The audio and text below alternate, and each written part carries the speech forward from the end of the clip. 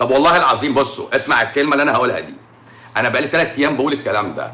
اللي سكره عالي، اللي سكره عالي الصدفيه بتاعته هتتحسن، والاكزيما هتروح، والانتصاب هيبقى حديد، ونومه هيبقى قليل، ونشاطه عالي، والتئام الخلايا محترم، ومش هيجيله ادوار برد فمناعته بتبقى حديد، وشعره هيطلع.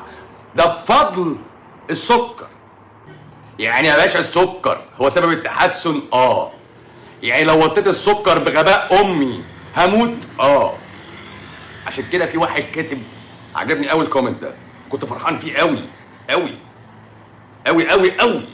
الواد كاتب سكري على نظام 600 وبتحسن، وقمت واخد دواء فقام مهبطني ومخلاني داخل في غيبوبه على سكر 300. يا باشا انت جسمك عامل ريسيتنج للريكوايرمنت بتاعته، فظبط سكرك خلاص. صايمك 300، الفطر 400، وانا همشي على كده يا باشا. وماليش علاقه انت صايم، انا كده كده بصنع سكر. انا بصنع ايه؟ سكر. مش دعوه باهلك، انا ليا دعوه بدماغ حضرتك محتاجه ايه، فبصنعه لها اهو. هتيجي تستحمر انت بقى وتشغل دماغك، هتشقط معايا في حته غلط. ما انا هحكي لكم بقى الحدوته القصيره الحزينه دي بقى. لا اقولها دي الحزينه دي بقى.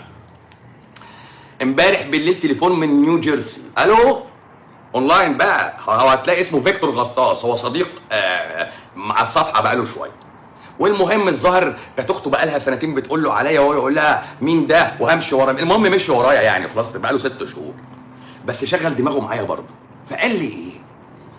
قال لي انا من كام سنه واحد جريجي دكتور كتب لي على تراكمي فلاقاه عالي، فاداني انسولين، والتراكمي عمال يعلى قدام الانسولين.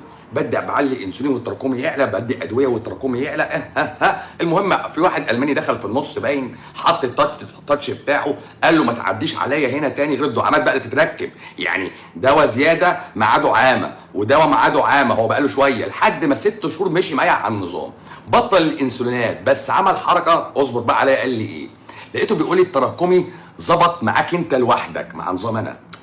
فانا اما حد يقول لي تراكمي ظبط على نظامي، لا مش صح، في حاجه غلط. هو لو قال لي الانسولين الصايم بتاعي ظبط، او الانسولين الفاطر بتاعي ظبط، فاهم، كنت قلت ماشي. لكن ده بيقول لي التراكمي ظبط، ففضلت ساكت. قال لي وبعدين بقى لي فتره مش عارف عملت GFR اللي هو ايه، ترويه الكليه، يعني انديكيتور لترويه الكليه. تمام، ركز معايا. فلقيته قليل 39. انا كنت مستني حاجه، انا كنت ايه، مستني حاجه يقولها لي الراجل. هو قالها بقى في الاخر. انا لسه باخد دواء الضغط، ولسه باخد دواء السكر اسمه جارديانز. هنا بقى حلل لي اللغز.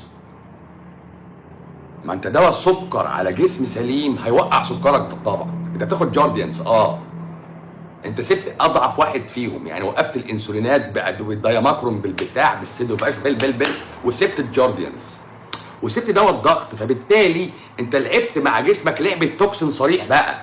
انا جسم سليم وبديله دواء يقلل ضغط وبديله دواء يقلل سكر، بسمه برضه، فلازم يحصل معايا حاجه فالكليه اتاثرت.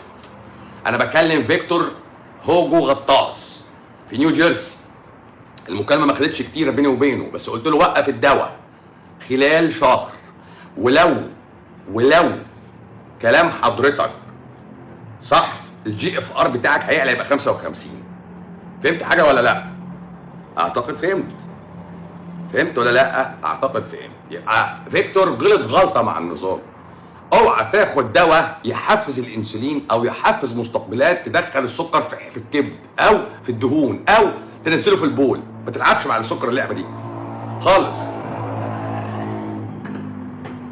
السكر بيتصنع حسب احتياجك، عشان كده في الاسترس السكر يعلى، وفي الصيام ستريس والسكر يعلى، ولو اتخانقت السكر يعلى، ولو جريت السكر يعلى، ولو جالك دور برد السكر يعلى، ولو جالك دور انفلونزا السكر يعلى، ولو خدت تطعيم السكر يعلى، ولو خدت حقنه عضل دواء زي الفولتارين السكر يعلى. باشا كل طب ماشي، المصريين بايعين كلام يا باشا، ما انا ببيع كلام اهو، والله العظيم انا ماشي اهو، ماشي على العهد، انا على العهد، فاهم، انا على العهد اهو. بص اهو هعمل لك، بص اهو، بص ايوه المصريين بتاعك بايعين، والله يا ابني عندك حق، انا مصري وببيع كلام اهو، انا مصري وببيع كلام اهو. هدى غطاس. فيكتور اخوك يا هدى، ما هو قال ان انت جيتي لي مصر مرتين وكل مره اقفل العاده واروح. بصي انا في كل شهر بقفل العاده اسبوع عشان تبقي عامله حسابك، بقفل كده اسبوع عشان وبشتغل في الاسبوع 3 ايام مش 4. 3 ايام، 3 ايام ونص.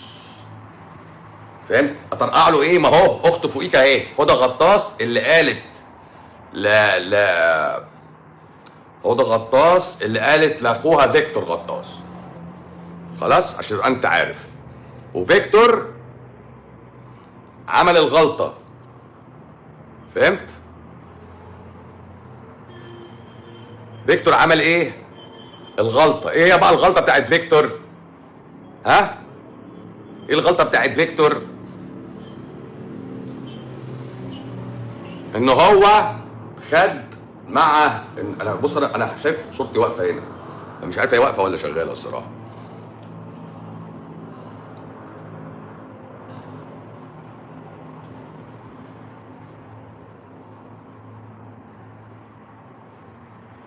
دكتور بيقول انهم لقوا علاج نهائي للسكر النوع الاول. هو اصلا مفيش حاجه اسمها سكر نوع اول عشان يلاقوا ليه علاج اصلا.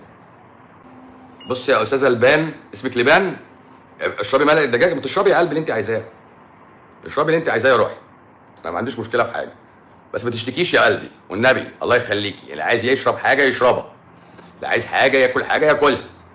ما تسالنيش يا روحي هو انا قبل انا ما اطلع مش كان الناس عايشه اصلا؟ صح؟ انت يا استاذه اللي سالت لبان دي، استاذه لبان، مش انت يا بابا قبل الدكتور دي على عوده ما يظهر مش انتوا كنتوا عايشين يا حبيبتي؟ صح؟ صح ولا مش صح يا روحي؟ فكل يا بابا واشربي اللي انت عايزاه. كنا بنحكي بقى بيقول ايه؟ ان ان فيكتور غلط غلطه مع النظام يا استاذ. ايه الغلطه بقى؟ خلاصه الكلام يعني عشان خاطر ما نقعدش نهري. فيكتور خد الجارديانز، وخد مع الجارديانز خد كمان دواء الضغط.